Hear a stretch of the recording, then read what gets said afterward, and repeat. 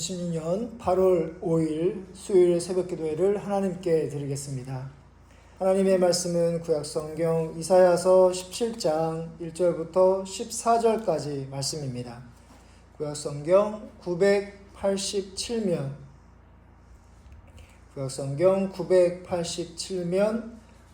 이사야서 17장 1절부터 14절까지 말씀입니다.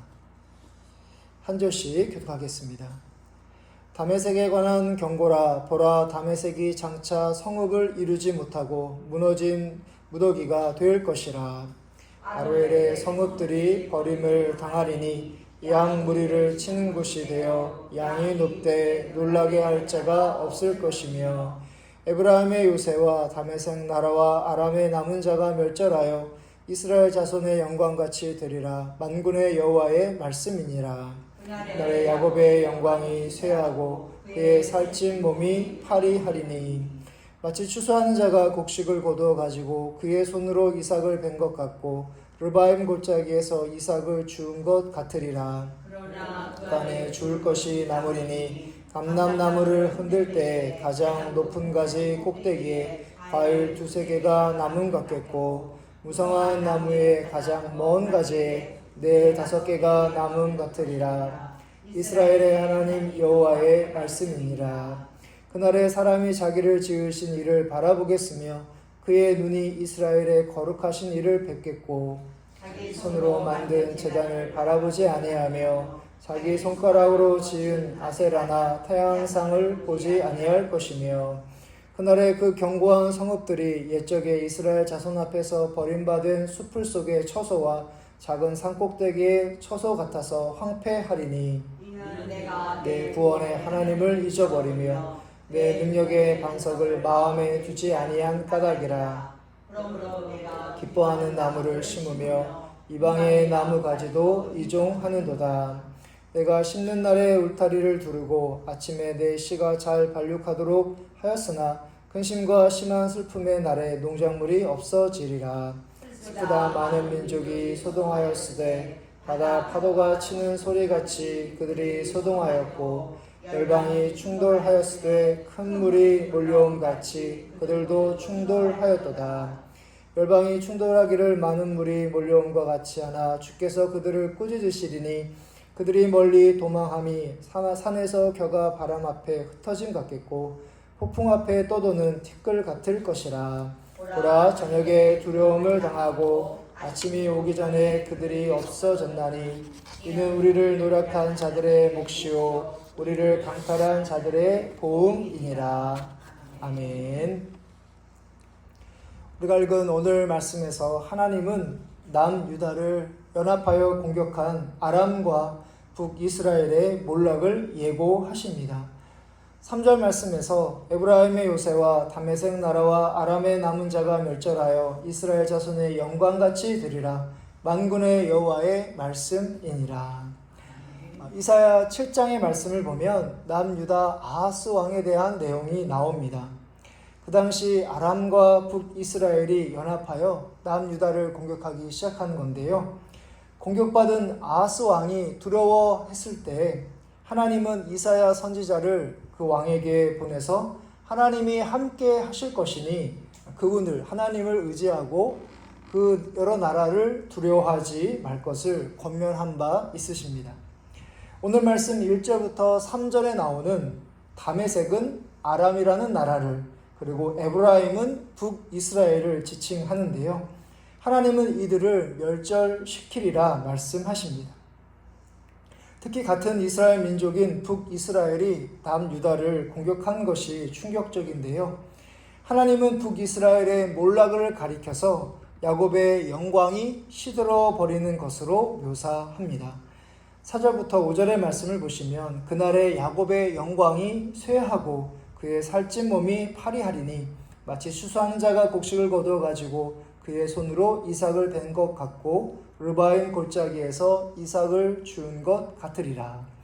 북이스라엘이 남유다보다 훨씬 면적도 넓었고 또 경제적으로 더 부강한 나라였습니다. 5절에 르바임 골짜기가 나오는데요. 예루살렘 남쪽 베들레헴 근처에 있는 비옥한 땅이라고 합니다.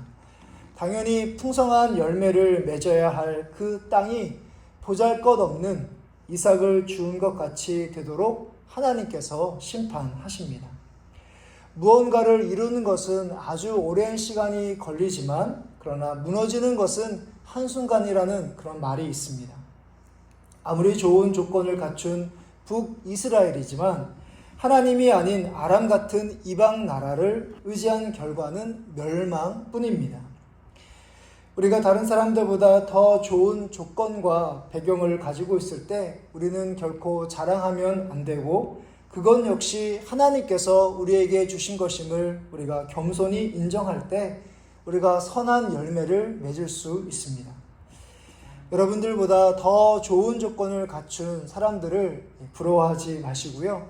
하나님께서 여러분들에게 주신 것에 만족하며 하나님만 의지하시는 여러분들 되시기를 바랍니다. 아멘. 이어서 북이스라엘의 몰락이 멸망을 위한 심판이 아니라 다시 창조주 하나님을 바라보기 위해서임을 하나님께서 말씀하십니다. 우리가 읽은 7절부터 8절의 말씀, 이사야서 17장 7절부터 8절의 말씀을 다시 한 목소리로 읽도록 하겠습니다. 그날에 사람이 자기를 지으신 이를 바라보겠으며 그의 눈이 이스라엘의 거룩하신 이를 뵙겠고 자기 손으로 만든 제단을 바라보지 아니하며 자기 손가락으로 지은 아세라나 태양상을 보지 아니할 것이며. 아멘. 하나님의 심판의 이유는 명확합니다. 바로 우상 숭배 때문입니다. 이스라엘이 남과 북으로 나뉘었을 때 북이스라엘은 예루살렘으로 가지 못한다는 이유로 베델이라는 곳에서 하나님을 예배하기 시작했는데요.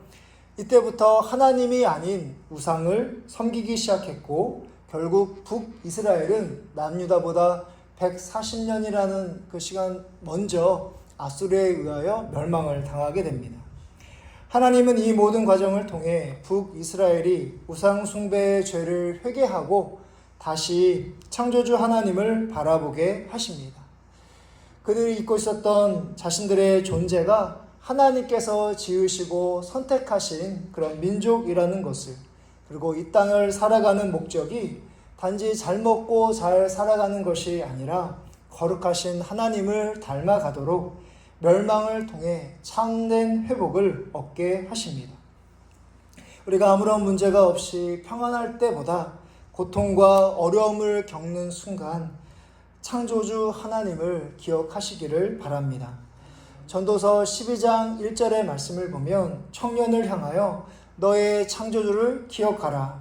곧 곤고한 날이 이르기 전에 나는 아무 낙이 없다고 할 때 할 해들이 가깝기 전에 라는 말씀이 있습니다. 이는 청년뿐만 아니라 우리들에게도 마음에 새겨야 할 하나님의 말씀입니다. 우리가 어떤 상황 가운데서도 하나님께서 우리를 지으신, 지음받은 존재이며 그 거룩하신 하나님을 닮아가는 그런 선한 기회로 삼으시는 여러분들 되시기를 바랍니다. 그리고 마지막으로 10절 말씀을 보시면 이는 내가 내 구원의 하나님을 잊어버리며 내 능력의 반석을 마음에 두지 아니한 까닭이라. 그러므로 내가 기뻐하는 나무를 심으며 이방의 나무가지도 이종하는도다 라고 말씀하십니다.